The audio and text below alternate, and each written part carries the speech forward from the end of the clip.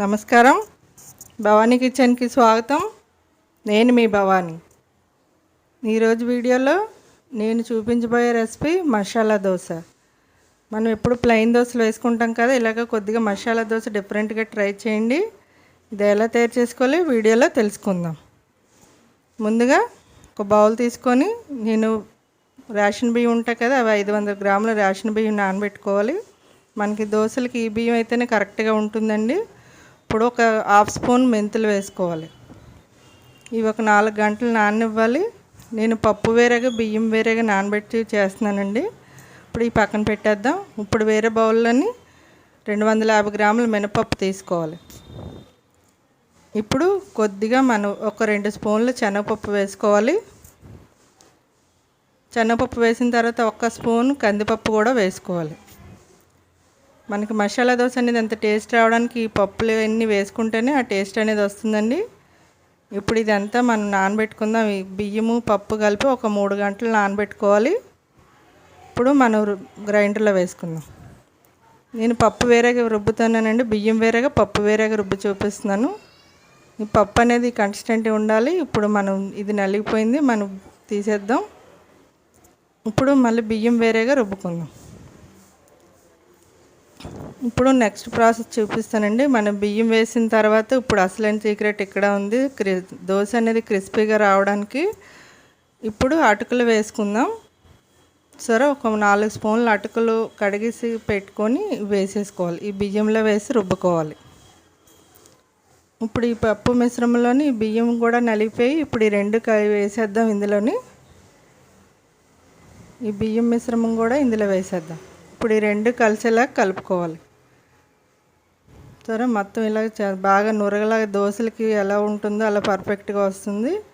ఈ కన్సిస్టెంట్ ఉండాలండి. మన దోశలు వేసినప్పుడు కావాలంటే వాటర్ వేసి కలుపుకోవచ్చు. ఇది ఒక 8 గంటలు పక్కన పెట్టేయాలి. ఇది పులవాలన్నమాట. ఇది పక్కన పెట్టేద్దాం. చూసారా, ఇది పులిసింది, మంచి నురగ అనేది వచ్చింది, పిండి కూడా ఎక్కువ అయింది. ఇప్పుడు ఒక బౌల్లో తీసుకుందాం. బౌల్లో తీసుకొని మనం ఇందాక సాల్ట్ వేయలేదు కాబట్టి సరిపడగా సాల్ట్ వేసుకోవాలి. ఇప్పుడు కొద్దిగా మనకి దోశల పిండిలాగా మనకు వాటర్ సరిపోకపోతే కొద్దిగా వాటర్ వేసుకొని మనం కలుపుకోవాలి. మనకి అటుకులు శనగపప్పు ఇవన్నీ వేయడం వల్ల మంచి టేస్ట్ అనేది వస్తుందండి. మంచి క్రంచీగా కూడా వస్తాయి దోశలు అనేవి.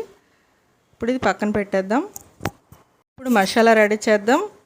పొయ్యి మీద కళాయి పెట్టుకొని ఒక 3 స్పూన్ల ఆయిల్ వేసుకొని 1 స్పూన్ జీలకర్ర వేసుకోవాలి. ఇప్పుడు 1 స్పూన్ ఆవాలు వేసుకోవాలి. ఇప్పుడు మినపప్పు 1 స్పూన్ వేసుకోవాలి. ఇప్పుడు శనగపప్పు కూడా 1 స్పూన్ వేసుకోవాలి. మనకి మసాలా అనేది మంచి ఇదిగా వస్తుంది తినడానికి కూడా. ఇప్పుడు ఆనియన్స్ సన్నగా తరుక్కొని ఉల్లిపాయ ముక్కలు ఎంత ఎక్కువ వేసుకుంటే అంత టేస్ట్ అనేది వస్తుందండి మసాలా. ఇప్పుడు పచ్చిమిర్చి కూడా వేసుకుందాం. సన్నగా తరిగిన పచ్చిమిర్చి వేసుకోవాలి.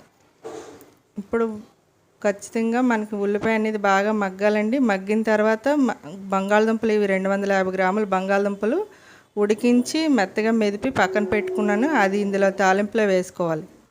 ఇప్పుడు పసుపు కూడా వేసుకోవాలి. తగినంత సాల్ట్ కూడా వేసుకోవాలి. ఈ సాల్ట్ అన్నీ వేసిన తర్వాత మనం బాగా కలుపుకోవాలండి. ఇది మనం కారం అయితే వేయట్లేదు, మనకి న్యాచురల్ కలర్ అనేది వస్తుందని నేను పచ్చిమిర్చి వేసాను. చూసారు, ఇదంతా కలిసిపోయింది. ఇప్పుడు ఆ మసాలా బాగా చల్లారనివ్వాలి. ఇప్పుడు దోశ వేసుకుందాం. పొయ్యి మీద అట్ల రేకు పెట్టుకొని దోశ చూసారు ఇలా పల్చగా వేసుకోవాలి. అసలు మసాలా దోశ అనేది బటర్తో చేస్తారండి. నేను బటర్ అయితే వేయట్లేదు, నేను ఆయిల్తో చేసి చూపిస్తున్నాను. ఇప్పుడు ఆయిల్ అంతా దోశకి స్ప్రెడ్ చేయాలి. మనకి ఇలాగా ఉంటుంది, స్పూన్తో ప్రెస్ చేసుకోవాలి.